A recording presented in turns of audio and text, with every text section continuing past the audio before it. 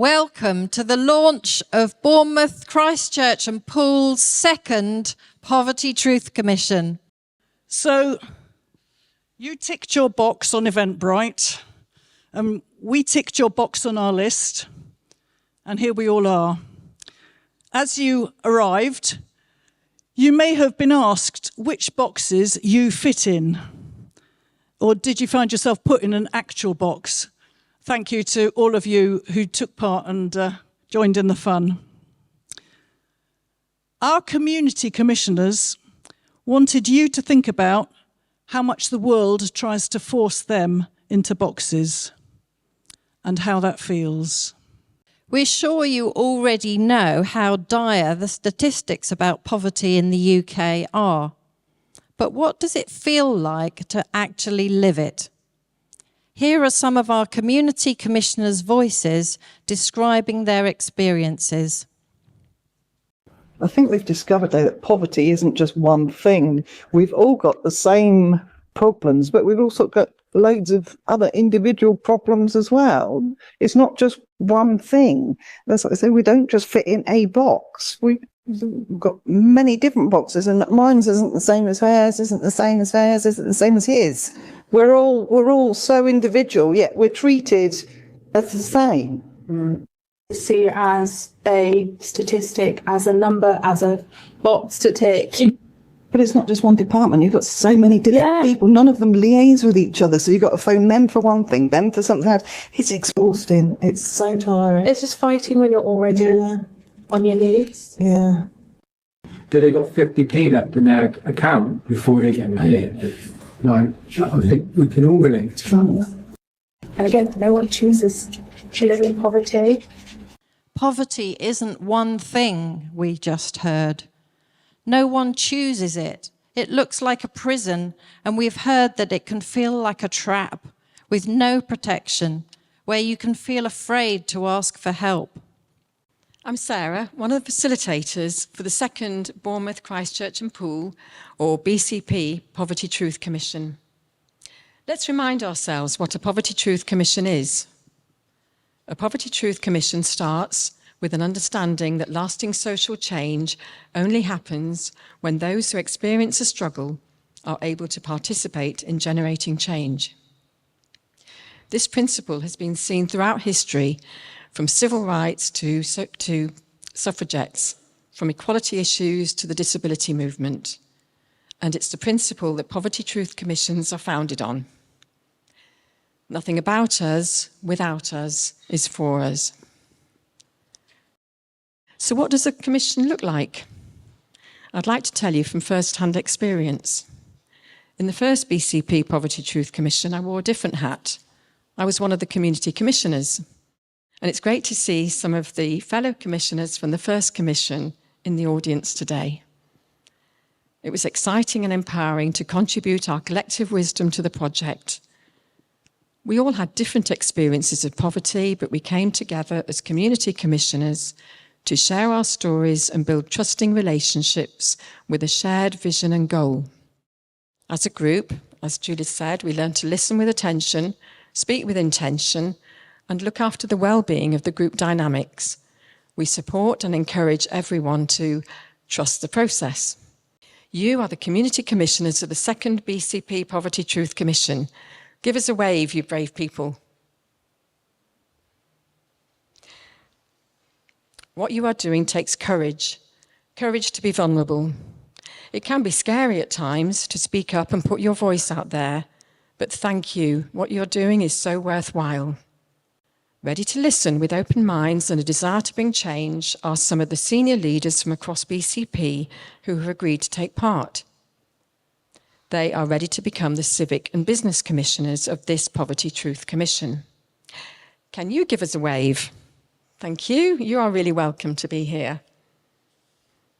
Once you come on board and join us in our monthly commission meetings, we can start to really get to know each other and listen to one another. I know we'll make valuable connections that will lead to meaningful change in our community. Together, the commissioners, now a group of around 30 people from all walks of life, will identify issues and begin to experiment with possible solutions. Together, we can look at ways to make changes to improve the lives of people in our community who struggle against poverty.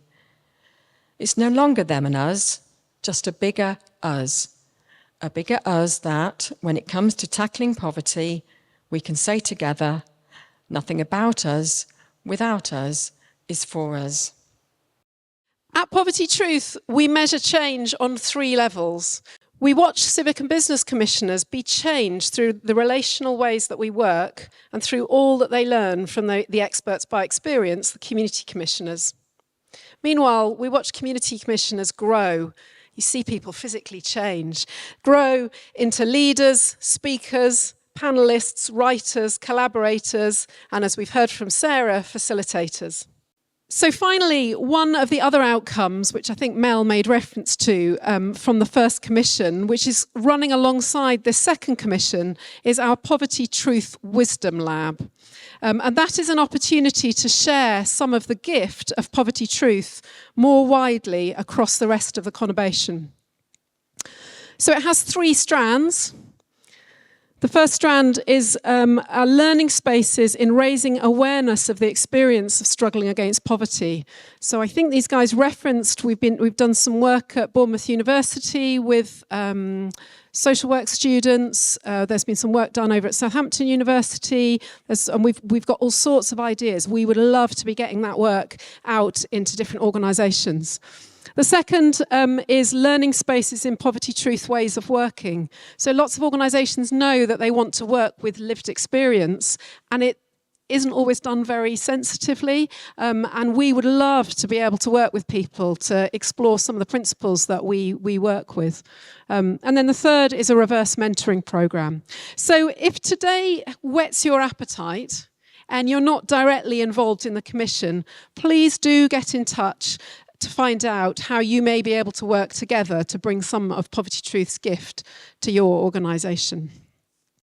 Genie will now come and share parts of her life story from her point of view, which she hopes will inspire others. I can't afford it. I can't afford blaming my parents for my damaged childhood. Culture, religion, immaturity, and other factors made them be. But I was given the gift of being a parent myself now, and I'm doing my best to be and do it better. I can't afford grieving not growing up in my homeland. The corrupt government and the war made us run away to Europe.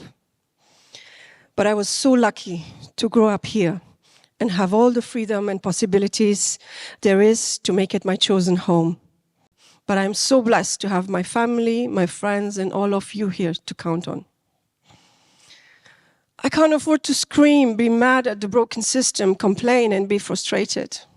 But I can raise my voice, look for the right people to connect with and help the next person, if not myself. I have no control over the bad, pain, unfairness and poverty in the world. But I have control over my action and reaction and my mindset about it. And that's what I'm here for today.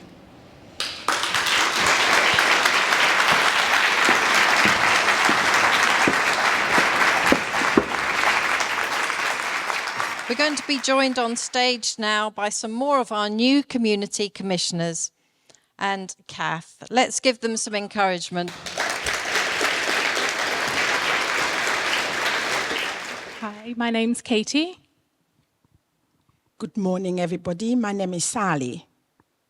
Katie, please would you tell us, how is your experience reflected in what we've seen and heard so far this morning? For me, poverty is not just one thing. It affects so many people differently. And it seems like this vague concept that doesn't really influence your life, but then things go wrong and you face challenges that you were never prepared for, and no one ever plans to live in poverty. And then you find yourself in a situation where you have housing issues or family to look after, and there's all these challenges and roadblocks of services that are supposed to be there to support you, and you just can't access them in like the most difficult time of your life. Sometimes personal circumstances aren't black and white, like you can be kind of one thing and another thing, and you have to tick this box, and it seems so impersonal sometimes that you go, this isn't me. Like, how do I explain what is actually happening in my life and all the struggles that I'm facing? It's like trying to learn how to swim when you're already drowning. Wow. Yeah, that's a really powerful image. Thank you. Can I quickly add something? Because the first time Erica, who is our manager at Poole, was not with Leanne and Dan, she asked me to join before, and I didn't want to because I said, I don't want to be some of those people you see on the television about poverty. I would like to be a part of changing the narrative. I am so glad I said yes. I'm so glad. Thank you. Thank you, Erica, and all the other people who've encouraged our community commissioners. So we really hope that what we've been exploring this morning has given you a little bit of insight. And what we'd love to do now is give you a little bit of an opportunity to reflect together with those on your tables about what you've been experiencing so far, what you've heard, what you've seen, what you've noticed. What have you heard from here? What have you noticed in yourself? So the first question we'd like you to explore, please, is from everything you have experienced this morning, what has really stirred you? So our second question is, from everything you have experienced this morning, what changes do you most deeply long for?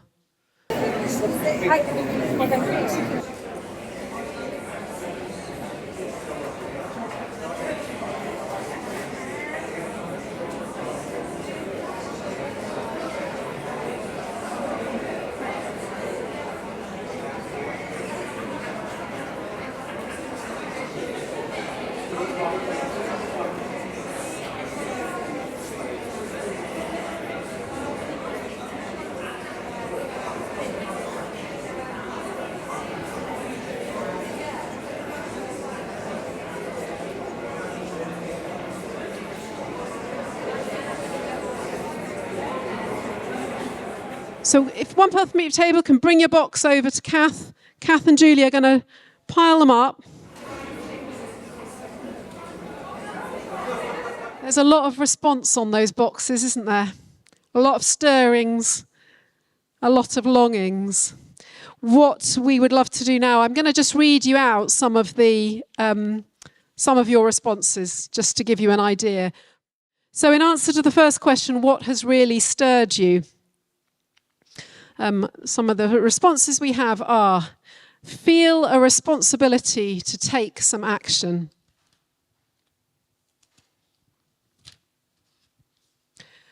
Breaking barriers of language and culture.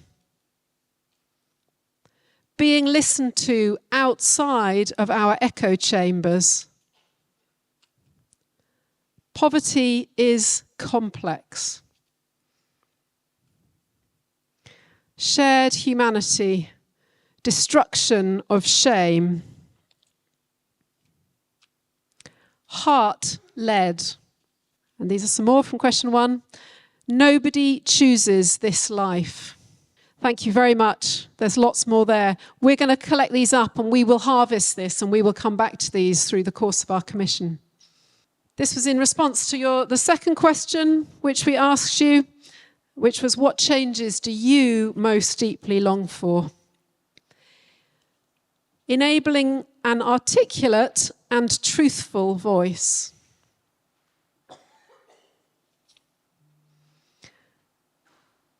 Answers to digital exclusion.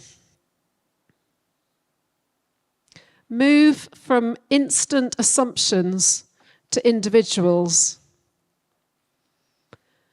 Valuing self-worth, and how can services help support that? Less judgment. Finally, put tech back in its box. My long-term ideal change is at a government level. Do not feel like a burden for needing help. To be treated like a person, not a number. To be believed. I would like to welcome onto stage Rob Carroll, who's the Director of Public Health for BCP Council, who has joined the Commission today as one of the Civic and Business Commissioners. Hi everyone, hope you can hear me, and thank you for the introduction, Julie.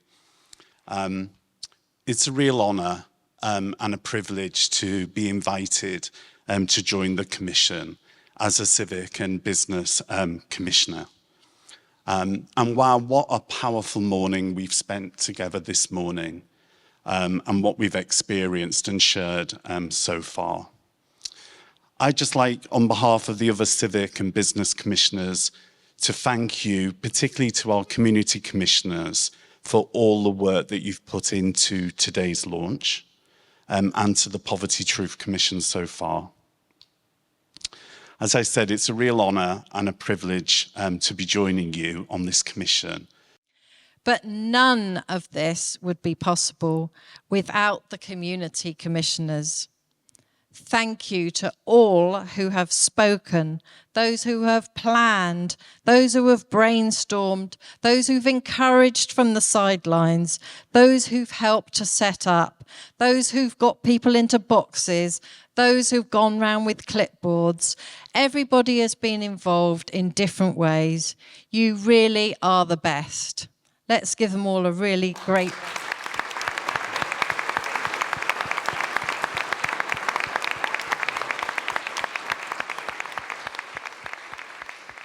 Once again, thank you from the bottom of our hearts for joining us today to launch the Poverty Truth Commission in Bournemouth, Christchurch and Poole.